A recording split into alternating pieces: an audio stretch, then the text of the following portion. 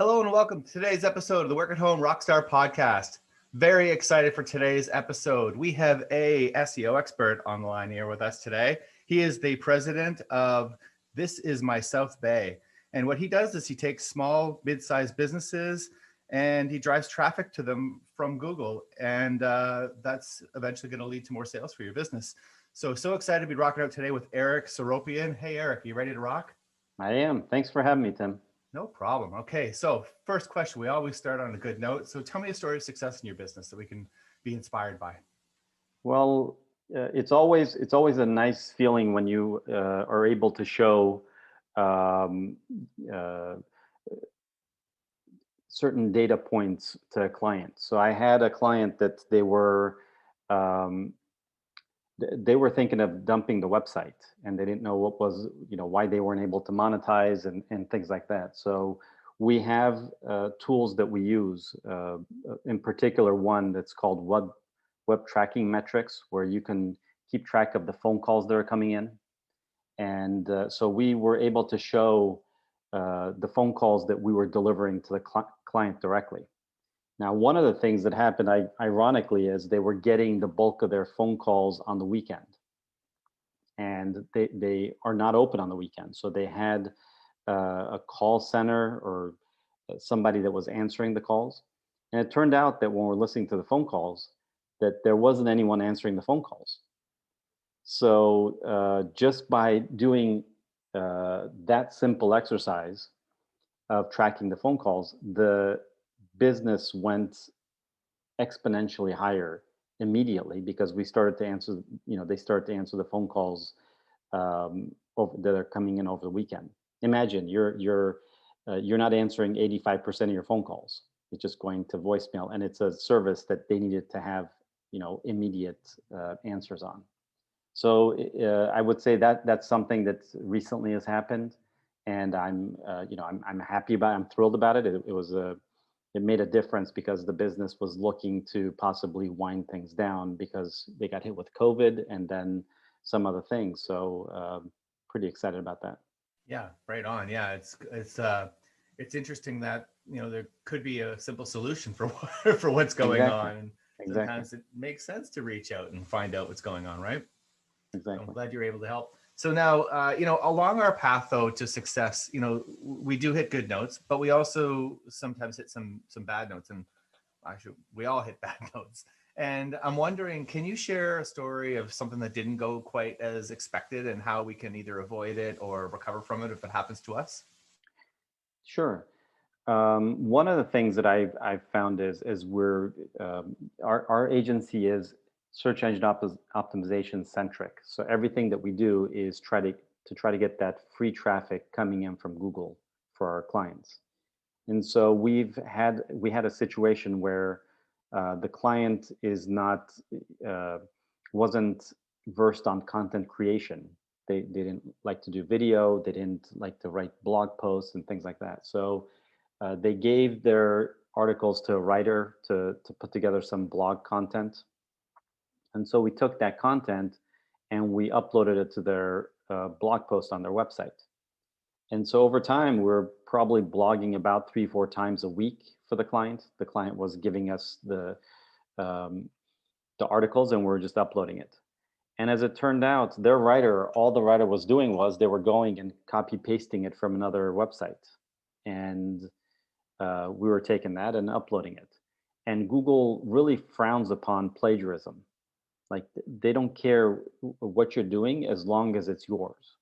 They want you to be authentic, as opposed to, you go to one website, it's the same article. You go to the next website, it's the same article. It's Yep. not a good user experience. No.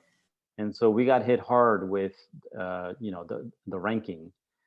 And by the time we figured out what's going on, it took several weeks, because it's not like Google tells you, hey, I penalized you because of A, B, and C.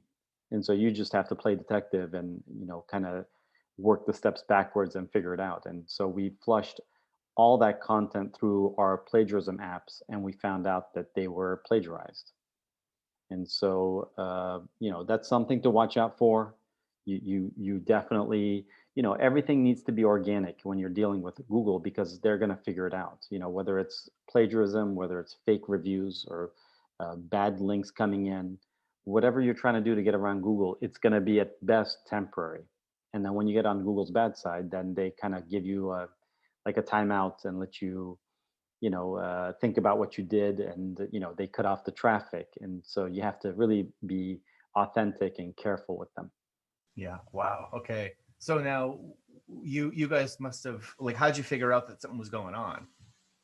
Well, we checked everything. So, and at one point, we figured uh, uh, as far as figuring out what was going on, we have tools like there's a free tool called uh, Google Analytics, where you can see where the client came in from, the user came in from, and take a look at where they left and how long they were on the page and all these different data points. And so we saw that the traffic was dropping. And then there's many tools out there, whether it's Ahrefs or SEMrush, SpyFu, et cetera, where you can see ranking reports on your site, on your competitor's site, whatever the case may be. And we saw our ranking dropping drastically. And so we're putting the two pieces together, and okay, the traffic is dropping from organic, and then our ranking is dropping. Something is going on here, and so you start kicking Yeah. the tires and checking everything. Yeah, exactly. You knew that something was going on the Google side, so there had to be something Yes, wrong with your site, right? yes. It's not like Facebook traffic was dropping or anything like that. It was Google organic. Wow. Okay. Well, I mean, that's why you need somebody in your corner that's analyzing these things, right? Because I mean, I think a lot of people just put the website up and just let it go, right?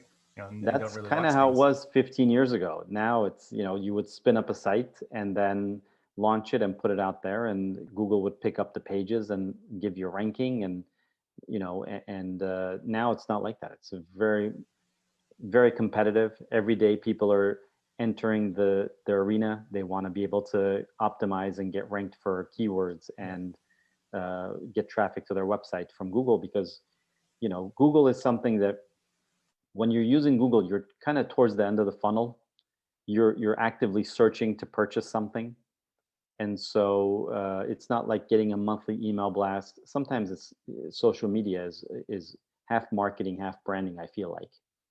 But with search engine, like my car broke down, I need a mechanic, and you're going to some type of search engine, whether it's Yelp or um, you know Yahoo, Bing, Google, and to try to solve that problem immediately. So you're towards the end of your decision cycle. That's a really good point. Yeah, because everything else, social media is sort of like you putting information out there, like it's an advertisement, I guess, right? Yeah, Whereas with Google, it's more someone looking for you. So it is. And I mean, the other thing is that, I mean, there's so many websites out there now. There's so much competition, and there's so many people trying to game it too. So you can kind of see why Google would be so uh, picky about that kind of stuff, right? They want to make sure that absolutely. people are, like you said, authentic, right? Absolutely. The thing with Google is that they're very user centric. So many search engines have come and gone before Google, and they've been advertiser centric. And so Google is thinking about the user, because if the user has a good experience, then we're gonna stay. But if we keep having bad experiences where we go to sites that have nothing to do with what we're searching for, or the load time on the site that Google referred us to is slow, or broken links are there, or whatever, we're not even going to remember the website that Google sent us to. We're going to remember Google sent us to that website. And so everything is based on delivering good search results, relevant search results, and companies that, you know, um, you know, ultimately that we can work with.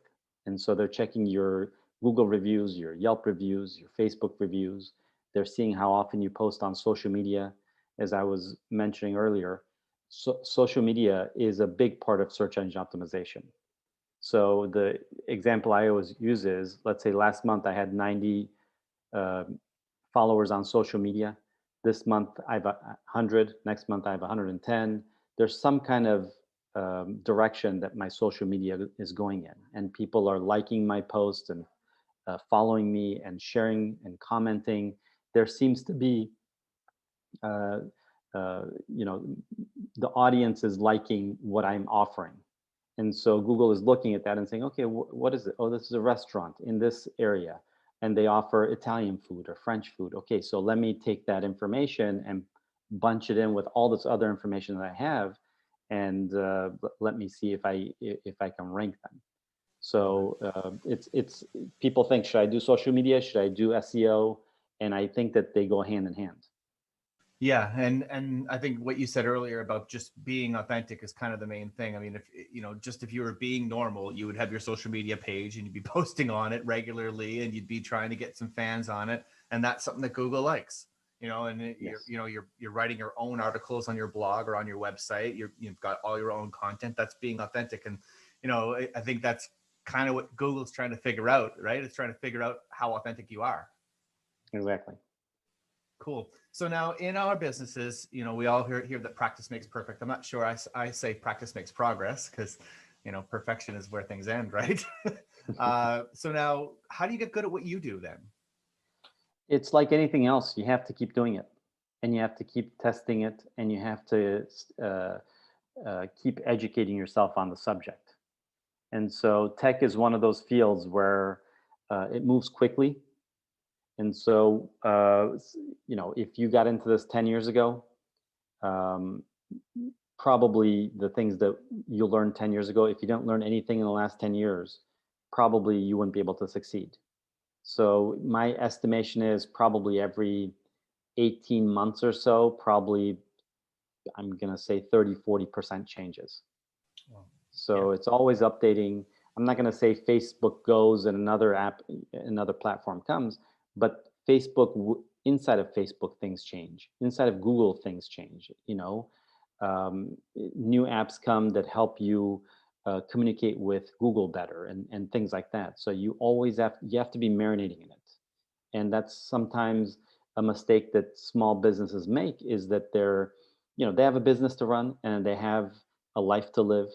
They have family obligations and whatnot, and it's difficult to become a marketer on the side while you're doing your, let's say, your accounting business or your dental business. And so you have to either jump into it, or you have to hire someone to do some of the work for you.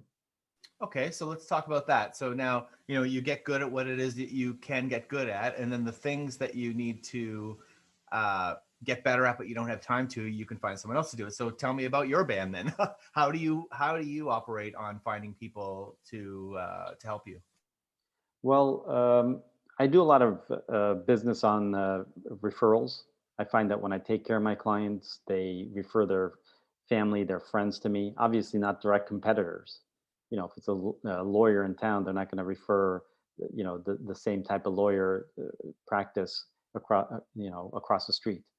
But there's someone recently that is an accountant, and then he referred his friend that owns a restaurant. So, and you have to ask, you have to, if they're happy, the best form of a compliment is a referral. So you specifically ask for referrals then? Yeah, I say, if you know anybody, if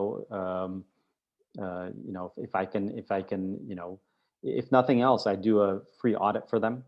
And, I do a free audit for their website. And a lot of times with local businesses, especially, they have their eye on like the person down the street that is killing it, and they'd love to know how they're doing it. And so we kind of take a look at, I through my tools, I show them they're ranked, your competitors ranked for these keywords. This is the monthly search volume for that keyword. And here's what they're getting their links. And we kind of look behind the curtain to see what their competitor is doing. And then it doesn't seem as intimidating to move forward. Well, that's really interesting that you're saying that. So essentially, you've got this free audit kind of like package that is something that obviously, if things work out well, you'll end up getting a client out of it. But also, it's something that they could refer to other people as well. So Sure. even if you don't get them as a client, that could be something that they could refer to other people because they got value from it. Absolutely. So I have two things that I offer clients. One is that I do A to Z, where I do their search engine optimization. Sometimes if I feel like they have their social media person, or they have their their social media down in different ways. And a lot of times, I don't need to do their social media for them. But it needs to be done. And so, we can do A to Z, or we could do AGHVY, whatever. It doesn't have to be every note. And then I have another package that I offer where I do mentoring.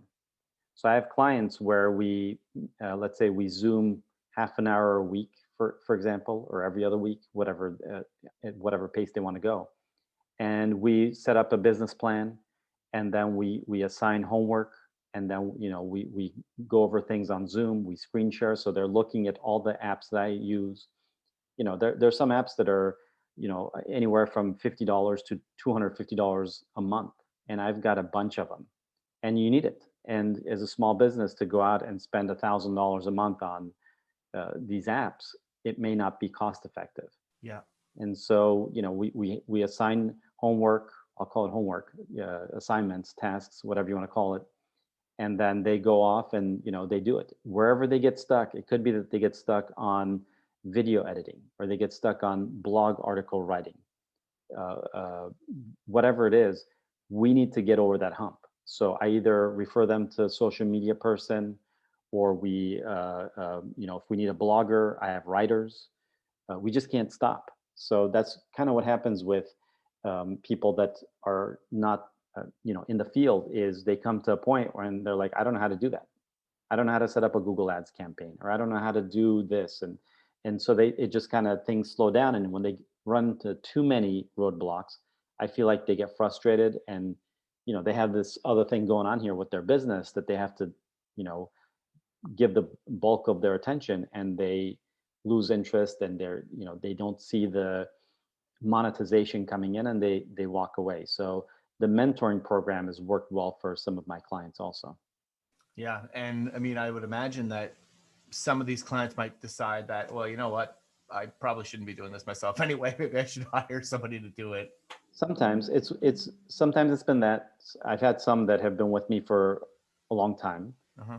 I've had others that have done what you've said, and I've had others that the business has grown and they've brought someone in full time Yeah. Yeah. in house, and then still they use me here and there for consultation. So make no mistake about it. When you get that free traffic coming in from Google, it changes the complexion of a business.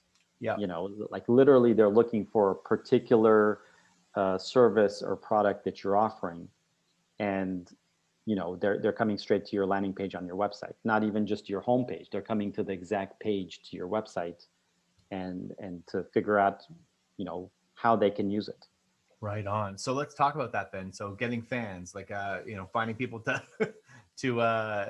to look at your business in the first place. So like are we talking like let's talk about two different types of businesses. Let's just say that you've got a local business, and then the other one would be something that maybe they can sell anywhere in the world.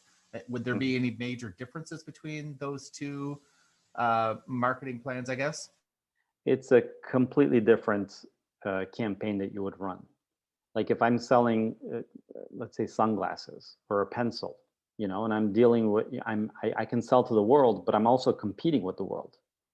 So you're competing with your local shops, and then you're competing with the shops in your state, and then in your country, and then you're competing with China directly, and it's a completely different ball game. When you're talking about a local business, you can, like back in the day, my mom used to be a real estate agent, and so we were competing with maybe 100 agents directly, and that's it.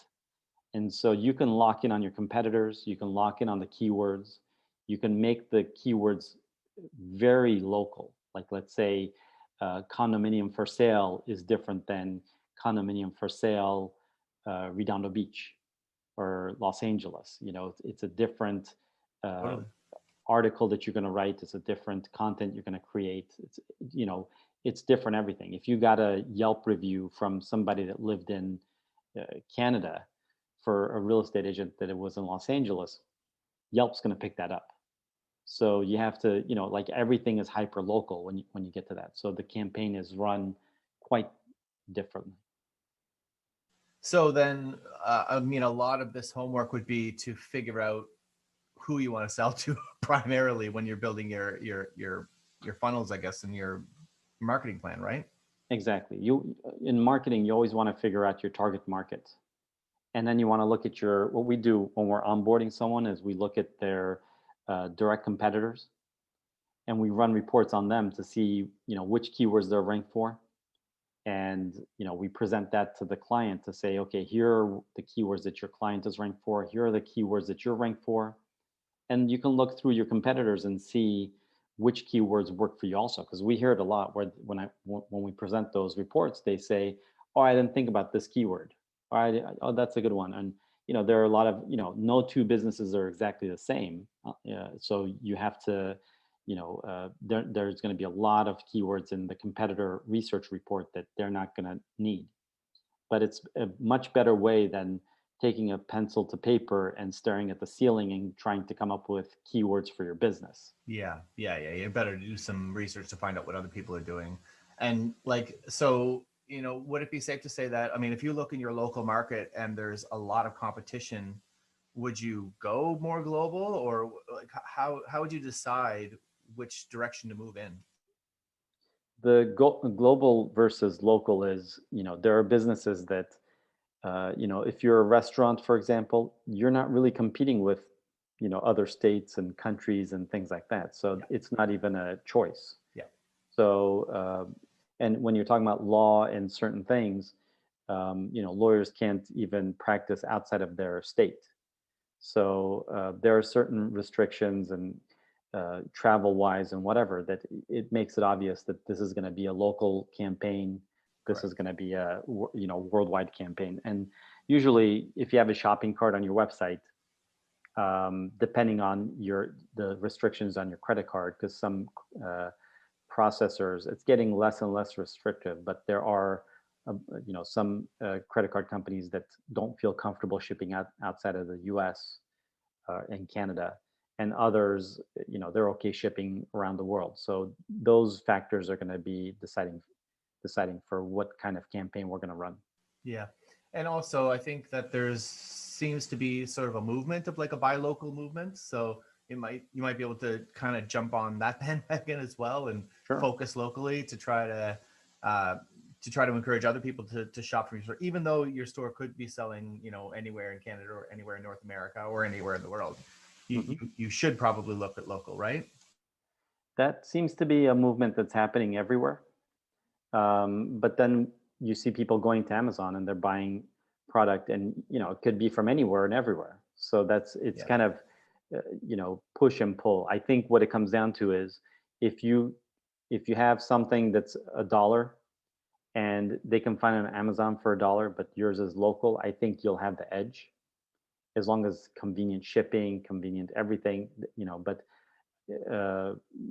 we like to think that we're uh, we want to support local, but we find that a lot of numbers show that even that's the case. We're people are kind of we're creatures of habit, and you just go to Amazon or whatever, and you can get it there, and you get Prime, you get these deals and whatever, and so it's difficult to bring the two together. I think if you build an online audience, and that's where social media comes in.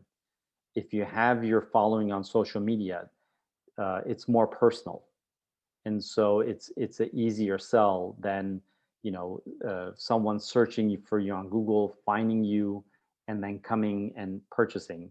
It's just expensive.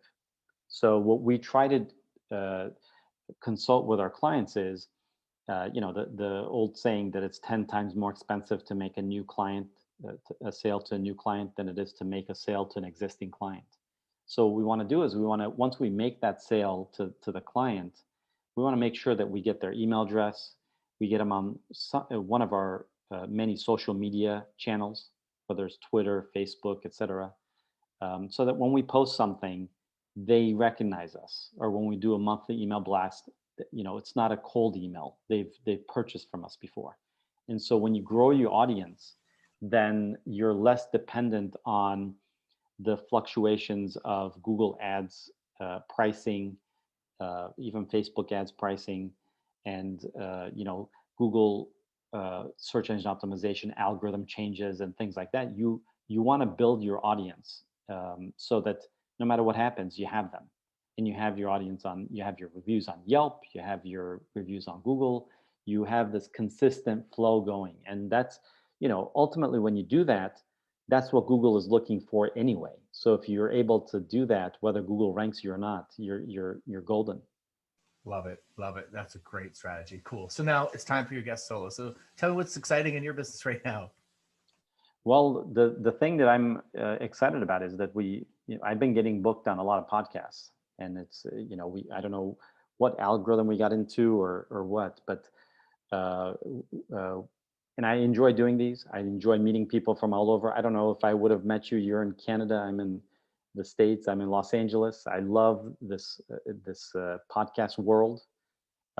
Pre-COVID, I was actually thinking of doing more speaking engagements, at conferences and things like that.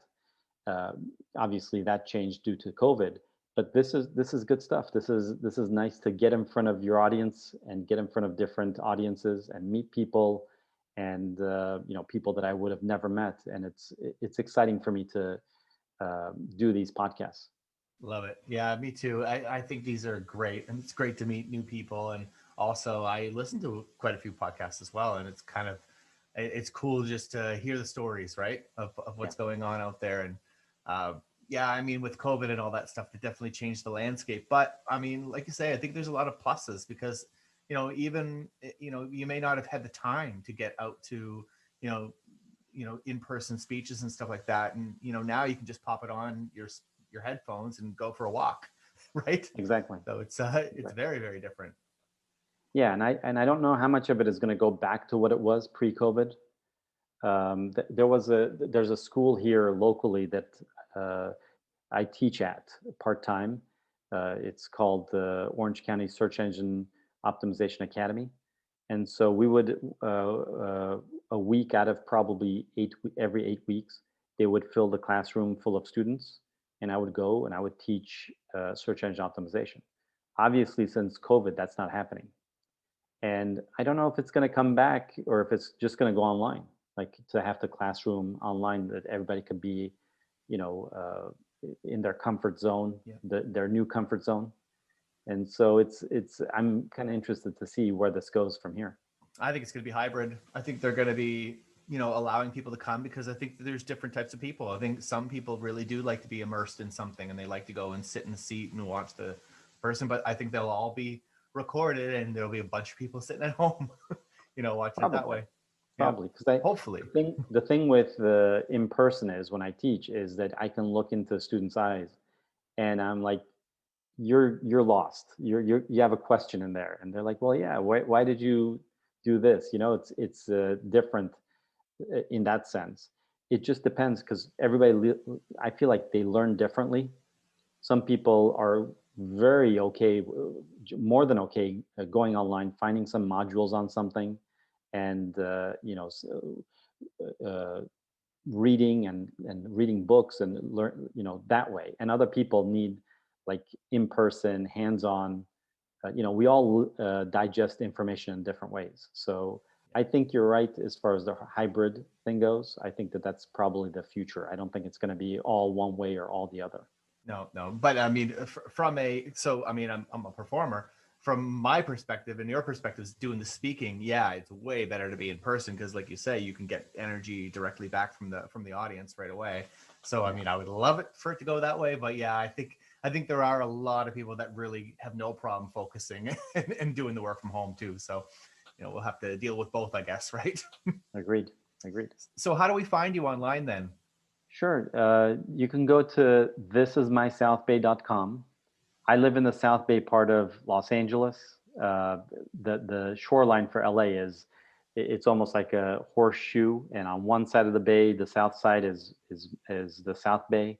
Across the bay is Santa Monica, Venice Beach, Malibu, like all the touristy areas across the bay. So I live in the South Bay part of LA. I've grown up there, and I'm passionate about it. And I use uh, uh, the website and my social media as almost like a case study for what a small business should be looking like for a local search engine optimization campaign. Nice. So they could go to my website, thisismysouthbay.com.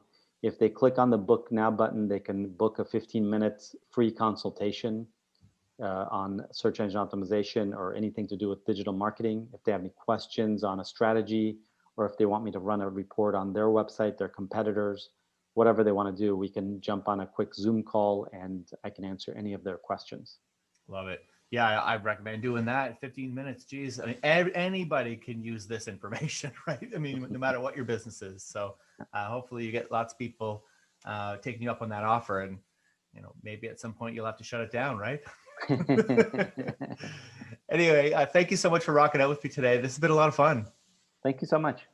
To the listeners, make sure you subscribe, rate, and comment. We'll see you next time on the Work at Home Rockstar podcast.